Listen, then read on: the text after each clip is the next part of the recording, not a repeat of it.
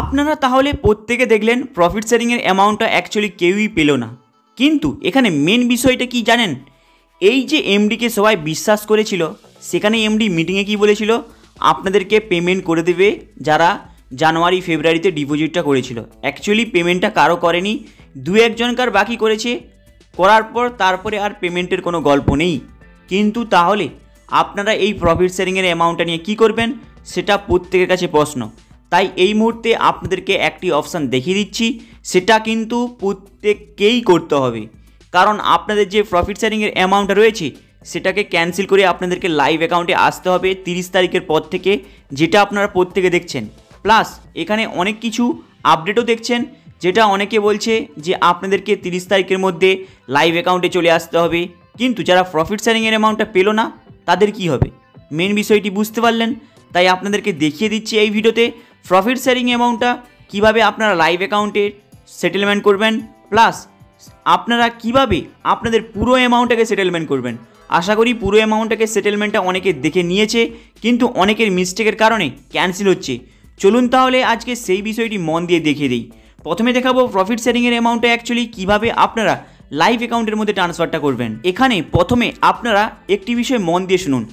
আপনাদের যে HDFX গ্লোবালের যে আইডিটা রয়েছে, যেখানে প্রফিট শেয়ারিং উইথড্রল করার জন্য রিকোয়েস্টে অলরেডি পাঠিয়ে দিয়েছেন, সেখানে অলরেডি দেখাচ্ছে ক্যান্সেল ওয়ালেট বলে অপশান দেখাচ্ছে। এইভাবে আপনারা কি করবেন, এই ক্যান্সেল ওয়ালেটে ক্লিক করবেন। এর ফলে কি হবে, আপনাদের প্রফিট শেয়ারিংয়ের অ্যামাউন্টটা অলরেডি ক্যান্সেল হয়ে যাবে এবং আপনাদের পুরোপুরি প্রফিট শেয়ারিংয়ের অ্যামাউন্ট আপনারা কী করবেন, ওই ডলারটাকে 75 দিয়ে গুণ করবেন। 75 দিয়ে গুণ করার পর যেই অ্যামাউন্টটা বেরাবে সেই অ্যামাউন্টটা আপনি মনে রেখে দিন।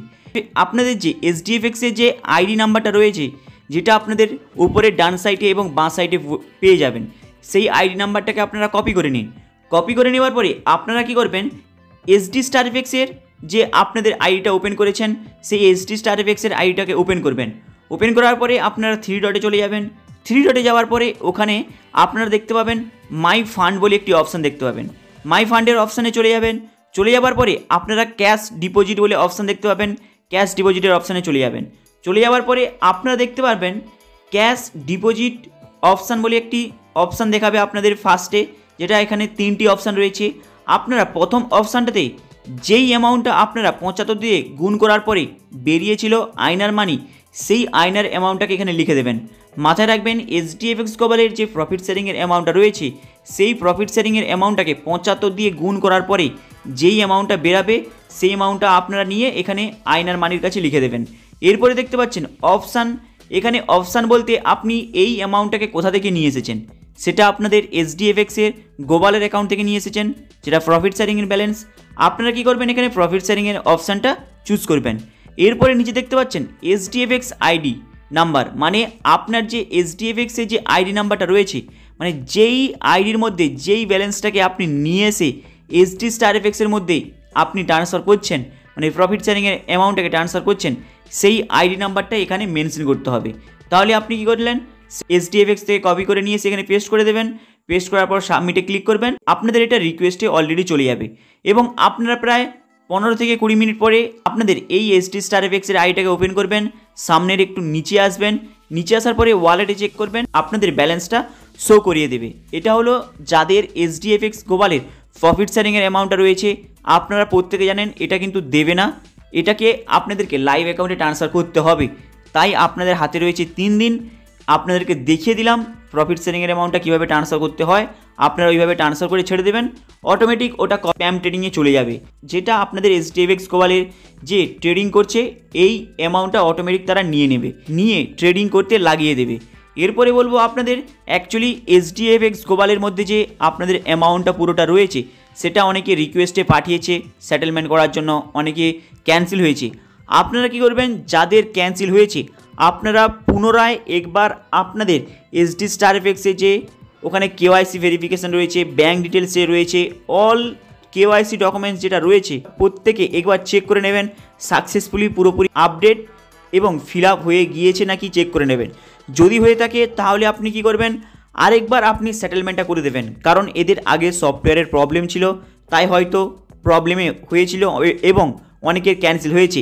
আপনারা পুনরায় সেটেলমেন্টে যাবেন। মাথায় রাখবেন দুটো জিনিস, মানে যে ইমেল আইডি দিয়ে HDStarFX-এ খুলেছিলেন সেই এসটি স্টার এফএক্সের ইমেল আইডিটা এখানে কপি করে পেস্ট করে দেবেন। কিন্তু এর পরের বিষয়টি কি আপনি জানেন?